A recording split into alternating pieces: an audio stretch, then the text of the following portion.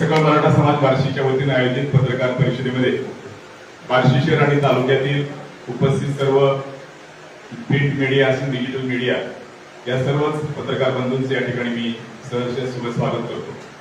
आपल्याला कल्पना आहे की बार्शी शहरामध्ये मराठा आरक्षण योद्धा श्री मनोज जरांगे पाटील हे दिनांक 6 ऑक्टोबर शुक्रवारी सकाळी 10:30 वाजता छत्रपती शिवाजी महाराजांचा अश्वारूढ पुतळा शिवाजी महाविद्यालयासमोर या ठिकाणी ते उपस्थित राहणार आहेत।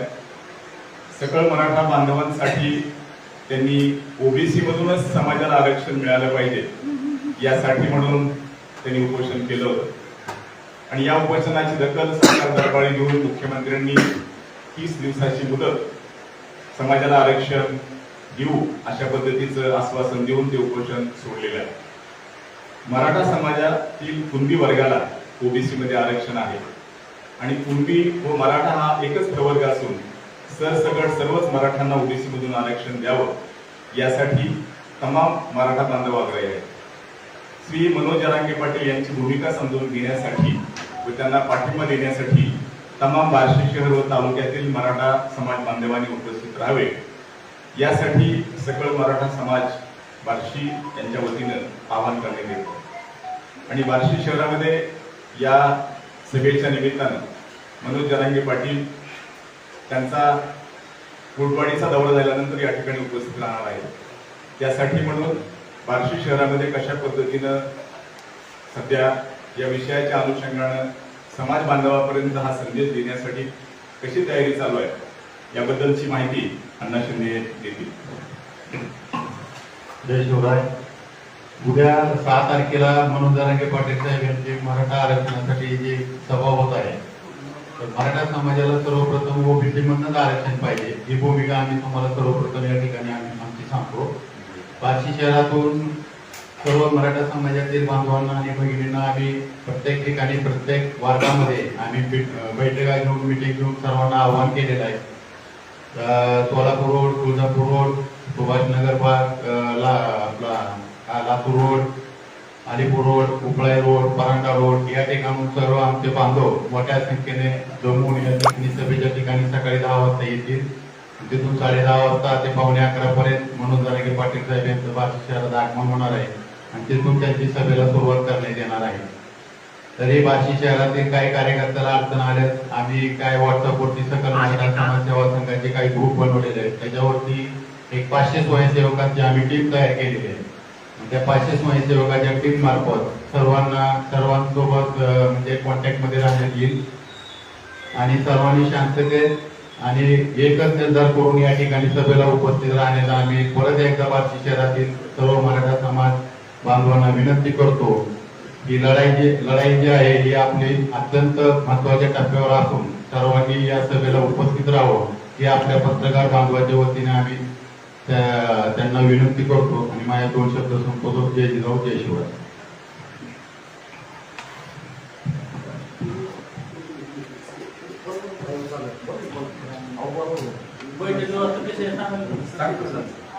दिनांक 6 ऑक्टोबर 2023 रोजी आदरणीय मनोज जरांगे पाटील बार्शीत येणार आहेत तर त्यांच्या त्या सभेच्या ठिकाणी महिलांची स्वतंत्र बैठक व्यवस्था केलेली आहे।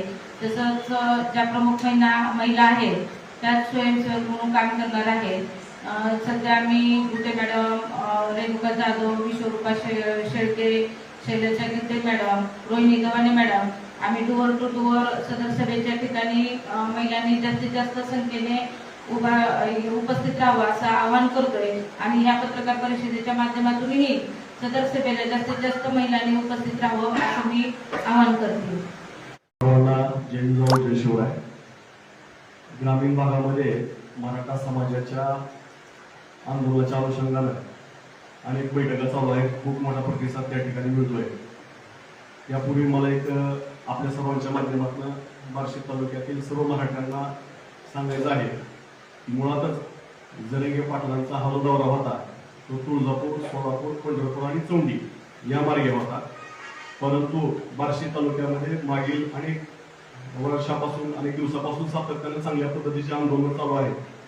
ही गोष्ट आपण जरांगे पाटलांना चांगल्या प्रकारे समजून सांगितली म्हणून जरांगे पाटलांनी विशेष करून बार्शीसाठी जे पंढरपूरवरून ते ह्याला जाणार होते चौंडीला, तो मार्ग म्हणून बार्शी मार्गे परत चौंडीला जात आहे. मी ह्याच्यासाठी हे सांगतोय की जरंगे पाटलांनी बार्शी तालुक्यातील तमाम मराठ्यांवरती विश्वास ठेवलेला आहे की मोठ्या संख्येने इथं मराठा जमा होतील आणि चांगल्या पद्धतीची सभा होईल, जेणेकरून सरकारवरती मोठा प्रेशर तयार होईल आणि मराठा आरक्षणाचा प्रश्न निकालात निघेल. म्हणून आपल्या माध्यमातून मी सर्वांना आवाहन करतो बार्शी तालुक्यातील मराठ्यांना की मोठ्या संख्येनं तुम्ही त्या ठिकाणी उपस्थित राहणं गरजेचं आहे, जेणेकरून असाच दबाव तयार राहील आणि सरकार त्या आरक्षणाच्या मागणीची गांभीर्याने दखल घेईल. बार्शी तालुक्यातील अनेक गावांमधून महिला सहित सर्वजण उपस्थित राहणार आहेत, कारण महिलांची या ठिकाणी आता सांगितले की स्वतंत्र बसायची व्यवस्था केलेली आहे. मराठा समाज आता कुठल्याही परिस्थितीमध्ये वाट बघायला तयार नाही. ग्रामीण भागाची अतिशय बिकट अवस्था आहे, त्याच्यामुळं जास्तीत जास्त संख्येने ग्रामीण भागातील लोक येणार आहेत.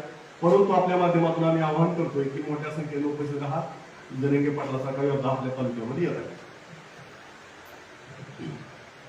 जय शिवराय.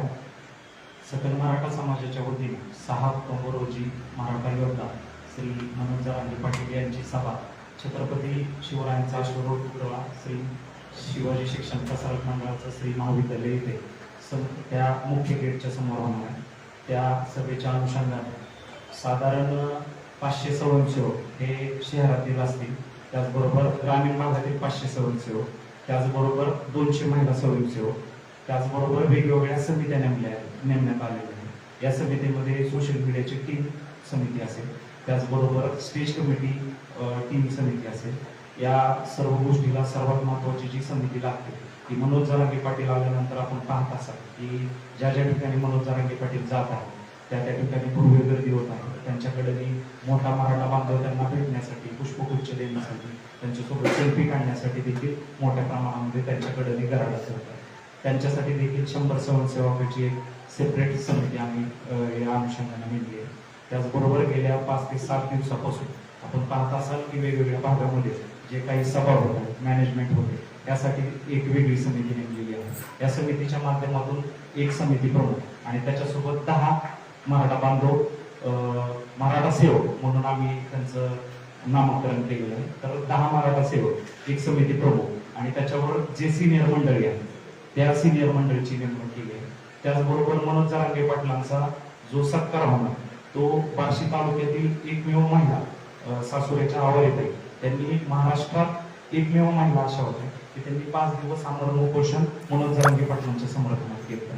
तर सर्व सकल मराठा समाज बार्शी तालुक्याचा एकच प्रतिनिधी म्हणजे आवारीताई त्या स्टेजवर जाते आणि मनोज जरांगे पाटलांचा सत्कार, हा तलवार, त्याचबरोबर मावळ्याची पगडी, भगवी शाल आणि सर्वात महत्वाचं म्हणजे बार्शी शहरामध्ये या समितीच्या माध्यमातून एक आमच्या सोबत एक प्रभावी युवा गट तयार झाला आहे आणि तो प्रभावी युवा गट गेल्या 15 ते 20 दिवसापासून आपल्या कुठल्याच सोशल मीडिया असेल, प्रिंट मीडिया असेल, इलेक्ट्रॉनिक मीडिया असेल किंवा ज्या ज्या ठिकाणी काय आमच्या सभा होतात त्या सभेच्या माध्यमातून आपल्या समोर येत नाही, पण ह्या सगळ्याचं नियोजन एक 20 ते 40 जणांची युवकांची टीम आहे ते करते आणि त्या टीमच्या माध्यमातून मनोज जरांगे पाटलांनी जे आजपर्यंत मराठा समाजासाठी भव्य योगदान दिलेलं आहे त्या योगदानासाठी त्यांच्या सन्मानार्थ एक सन्मानपत्र आम्ही तयार केलं आहे आणि त्या सन्मानपत्रावर बार्शी तालुक्यातील 40 युवक हे आपले रक्ताने अंगठी मारून ते सन्मानपत्र त्यांना देणार आहे.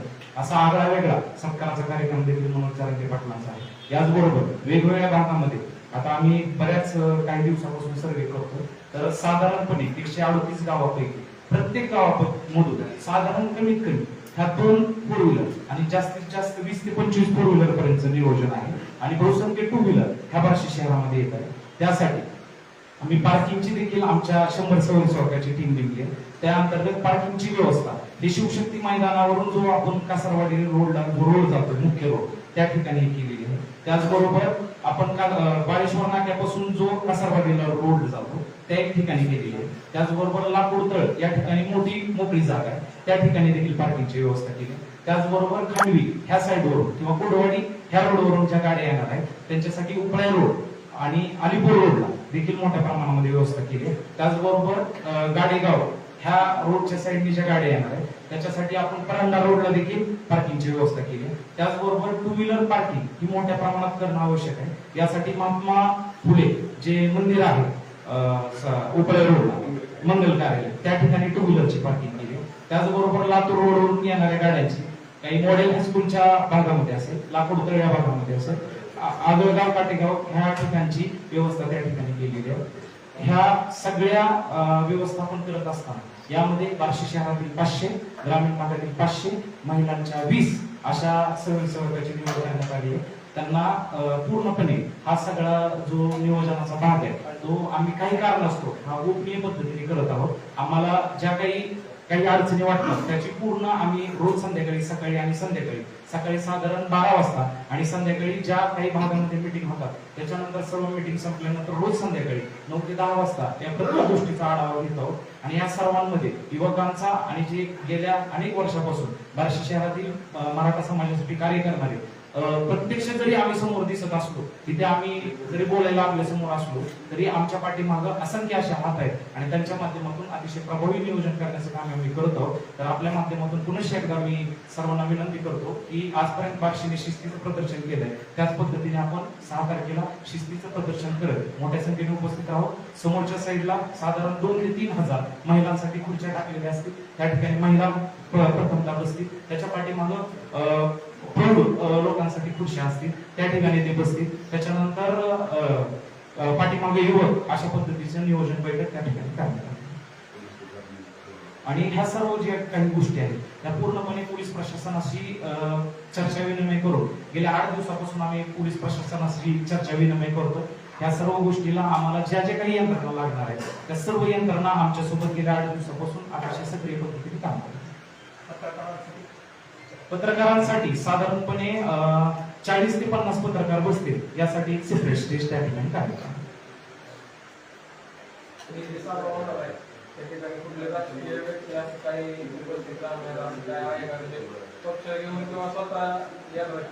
आम्ही प्रथमतः आपल्याला सांगतो की प्रत्येक ठिकाणी राजकीय हा विषय निघतो, पण त्याचं मी क्लिअर विश्लेषण करतो की सकल मराठा समाज बार्शी तालुक्याच्या वतीने एकमेव आवरेताई हे सकल मराठा समाजाचं प्रतिनिधित्व करते. आणि जे काही सामाजिक क्षेत्रातले असतील, राजकीय क्षेत्रात असतील किंवा विविध क्षेत्रातील मराठा बांधव त्या ठिकाणी मराठा बांधव म्हणून उपस्थित राहू शकतात. त्या पद्धतीची तिथं नियोजन व्यवस्था असते.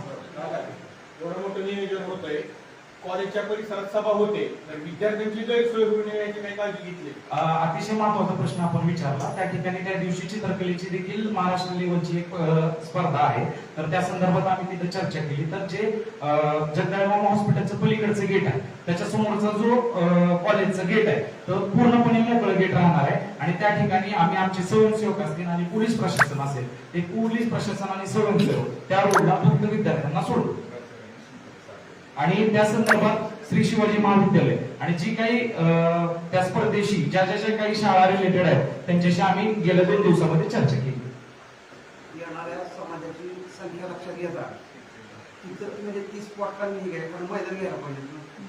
सुरुवातीला सर्वात महत्वाचा आनंद त्यांनी सांगितल्याप्रमाणे एक तर आम्हाला वेळ कमी मिळाला आणि साधारणपणे हा जो कार्यक्रम आहे तो अवघ्या 60 मिनिटाचा कार्यक्रम होण्याची शक्यता दाट आहे. आणि त्यांना आम्ही कमीत कमी वेळेमध्ये त्यांची पूर्ण सभेचे अरेंजमेंट करावं, कमीत कमी वेळेमध्ये त्यांना पूर्ण त्या सभेचं नियोजन करून सर्वात महत्वाचा जो त्यांचा जाण्याचा प्रवास आहे तो भूम रोडने आहे. त्यामुळे त्या ठिकाणी पुन्हा नंतर बार्शी शहरामध्ये मोठ्या प्रमाणामध्ये ट्रॅफिक झालं किंवा सेल्फी काढण्यासाठी, त्यांना पुष्पगुच्छ देण्यासाठी, त्यांना भेटण्यासाठी जर मराठा बांधव त्या ठिकाणी आली तर त्यांना वेळ हा कमी लागावा ह्या दृष्टिकोनातून तिथं केलंय. आणि मी आपल्याला सांगू इच्छितो की त्या ठिकाणी ह्याच्या आधी सभा झालेल्या नाही, पण आम्ही त्या सभेचं आणि त्या स्थळाची पाहणी केली आणि जी काही आमची मॅनेजमेंट त्या ठिकाणी उपस्थित राहणार आहे तर त्यांच्या अनुषंगाने त्या ठिकाणी कमीत कमी 10 ते 20 हजार लोक त्या ठिकाणी येऊ शकतात आणि बसू शकतात. आम्ही पुढच्याची अरेंजमेंट असेल किंवा उभारण्याची व्यवस्था असेल किंवा त्याच्यासाठी आम्ही बसण्यासाठी जे मॅट टाकणार आहे त्याचं जर आम्ही पूर्ण अवलोकन केलं तर त्या ठिकाणी कमीत कमी 10 ते 20 हजार लोक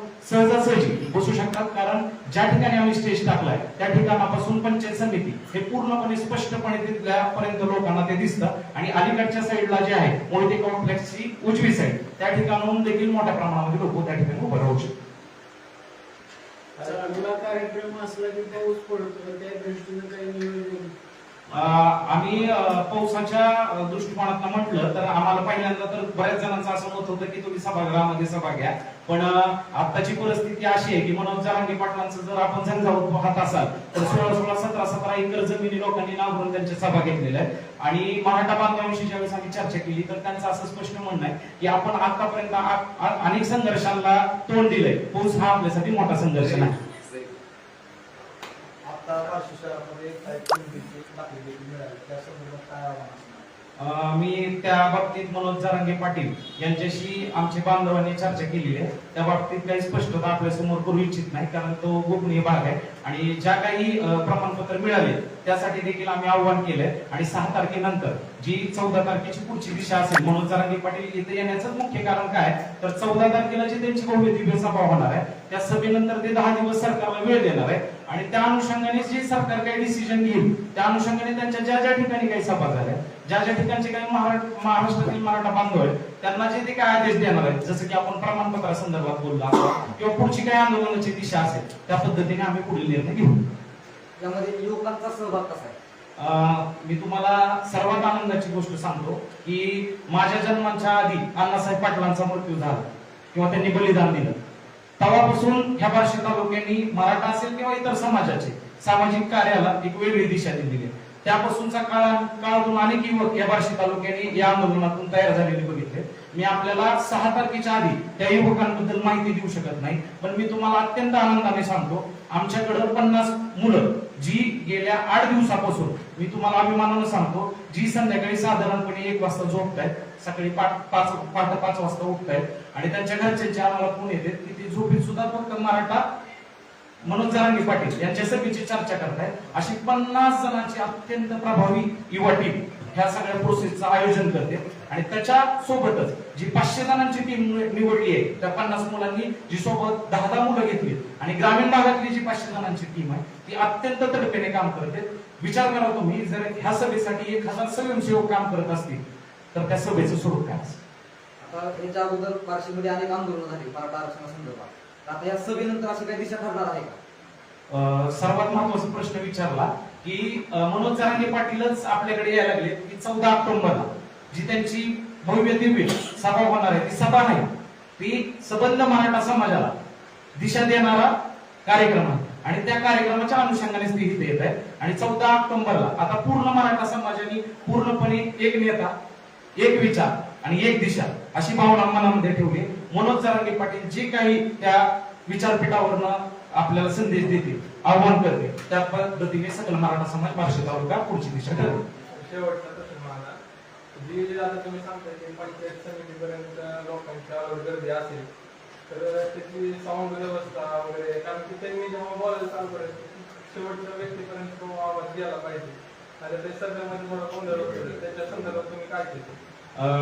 कसं आहे, अजून एक मुद्दा सांगायचा राहिला माझा या अनुषंगानं, अदृश्य मराठा समाजाचं फार मोठं पाठबळ. मी काय म्हणतो की तुम्हाला त्या काय म्हणतात देणगीत नाव दिसत नसतील, आमच्या समोर उपस्थित राहत नसतील, आमच्या बैठकांना येत नसतील, पण अदृश्य मराठा बांधव जे आपल्या आपल्या क्षेत्रात प्रभावी आहेत, जसं की व्यावसायिक असेल म्हणजे आर्थिकसाठी किंवा इतर क्षेत्रातील, ते अदृश्य हात आमच्या पाठीमागे खंबीरपणे उभा आहे.